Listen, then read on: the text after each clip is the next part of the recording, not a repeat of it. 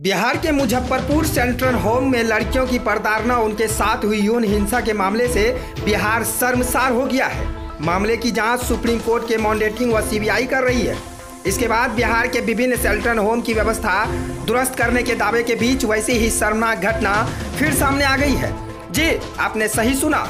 अब ताज़ा मामला हम आपको बताते हैं। ये ताज़ा मामला बिहार के पूर्णिया जिला की है, जहां पूर्णिया के सेंट्रल होम का है। वहां से भागी एक लड़की पर विश्वास करे तो सेंट्रल होम की लड़कियों से दुष्कर्म किए जाते हैं। उन्हें होटल तक में सप्लाई किया जाता है।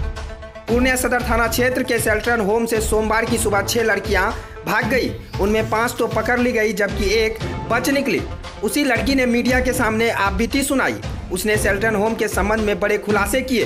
उसके आरोप में सेंट्रल होम की व्यवस्था पर प्रश्न चिन्ह लगा दिए गए हैं। पूर्णिया के सेंट्रल होम से सोमवार को फरार हुई लड़की कटिहार की रहने वाली है। जानकारी के मुताबिक कुछ दिन पूर्व लड़की के पिता ने सहायक थाना में अपनी बेटी को शादी की नियत से बहला फुसला कर भगा ले जाने का आरोप लगाते हुए मामला दर्ज कराया था। इसमें एक युवक को लड़की के पिता ने नामजद किया था।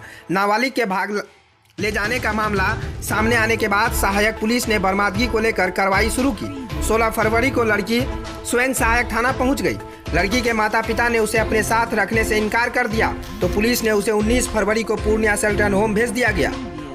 पीड़ित लड़की ने सोमवार की सुबह सेंट्रल होम से भाग गई। उसने बताया कि सेंट्रल होम में बाल सुधार की आड़ में गंदे काम होते हैं। लड़की ने बताया कि सेंट्रल होम के कर्मी उसे मेडिकल जाँच के नाम पर होटल ले जाते हैं, जहां गंदा काम करने पर मजबूर किया जाता है। ऐसी पीड़ित वह लड़की नहीं है, उसके साथ कई और लड़कियां के साथ भी ऐसा होता रहा। होटल में कई अंकल लोग आते थे, जिनके पास जाने को उन्हें मजबूर किया जाता था। लड़की ने बताया कि सेंट्रल होम की महिला कर्मी उसे व अन्य लड़कियों को होटल तक ले जाती थी। लड़की ने बताया कि उन लोगों को चुपचाप रहने या अंजाम भुगतने की धमकी दी जाती थी। सप्ताह में एक बार घर वालों से फ़ोन पर बात तो करवाई जाती थी, लेकिन स्पीकर ऑन करके, ताकि वे अपनी बात घर वालों से नहीं कह सके। लड़कियों की बाहर भी जाने नहीं दिया जाता था।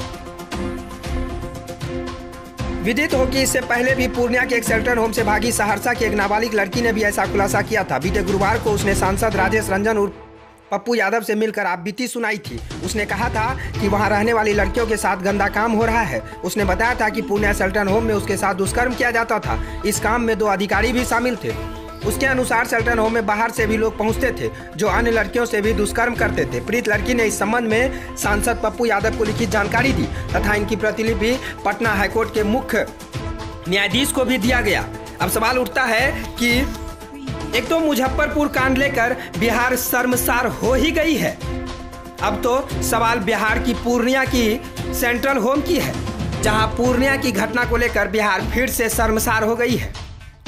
अब सवाल उठता है, क्या बिहार में सुरक्षा व्यवस्था चुस्त दुरुस्त नहीं है?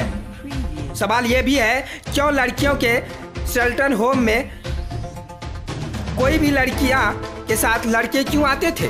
सवाल उठता है कि आखिर महिला कर्मी उनको मेडिकल रिपोर्ट के नाम से होटल क्यों ले जाया जाता था? तो ऐसी कई सवालिया निशान पर खड़े हैं पूर्णिया पुलिस। अब सवाल है, पूर्णिया पुलिस को देखना होगा कि क्या इस पर क्या कानूनी कार्रवाई करते हैं। फिलहाल अभी एक फरार है और जो 5 अन्य है वो गिरफ्तार हो चुके हैं। तो पूर्णिया एसपी विशाल शर्मा से भी जानने की कोशिश हम करेंगे। पूर्णिया विशाल शर्मा भी हमें बताएंगे कि क्या मामला है, तो जरा आप उनसे सुनिए। पूर्णिया के एसपी विशाल शर्मा से।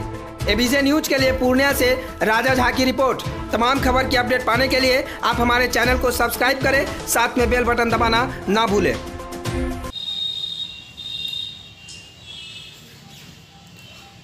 सर, पूर्णिया सदर में बालिका गृह से एक लड़की गायब हो गई है, क्या है मामला? कितनी लड़कियां गायब हुई, क्या है? कल इसमें 2 लड़कियों ने नारी गुंजन बालिका गृह से भागने का प्रयास किया था, जिसमें से एक लड़की को तो तुरंत ही पकड़ लिया गया था और एक लड़की भागने में सफल हो गई थी, जिस संदर्भ में स्थानीय थाने में FIR भी दर्ज की गई है। और इसमें जो लड़की भाग नहीं पाई थी, उसके द्वारा बताया गया कि वो लड़की जो है बाल विवाह से संबंधित मामले में यहाँ से कटिहार से भेजी गई थी। तो वो अक्सर अपने पति के पास जाने की बात किया करती थी और पति से अक्सर उसने संपर्क भी फ़ोन के माध्यम से स्थापित किया था। तो इससे जो लड़की साथ में भाग रही थी, उसने फ़ोन पे उसने सुन भी लिया था इन लोगों का कन्वर्सेशन। तो उसने कहा था कि आप जब भागोगी तो हमको भी साथ में लेते चलना। तो तो उसी क्रम में अपने पति के पास भाग रही थी, जिसमें दूसरी लड़की तो पकड़ी गई पर ये भागने में सफल हो गई। तो पुलिस को जो है CCTV फुटेज और अन्य इम्पोर्टेंट एविडेंसेस भी हाथ लगे हैं, तो उम्मीद है जल्दी लड़की पकड़ी जाएगी। इसमें अब तक किसी के को हिरासत में लिया गया है? हिरासत में किसी को नहीं लिया गया अभी, सच कुछ एक एविडेंसेस हैं तो उस पर हम लोग काम कर रहे हैं। घर परिजनों के से हम लोग संपर्क में हैं और उसके पति से भी हम लोग संपर्क कर के उससे भी पूछताछ हुई है। तो उन लोग के द्वारा भी ये विश्वास दिलाया गया कि यदि उनके साथ संपर्क उस लड़की के द्वारा किया जाता है तो उसकी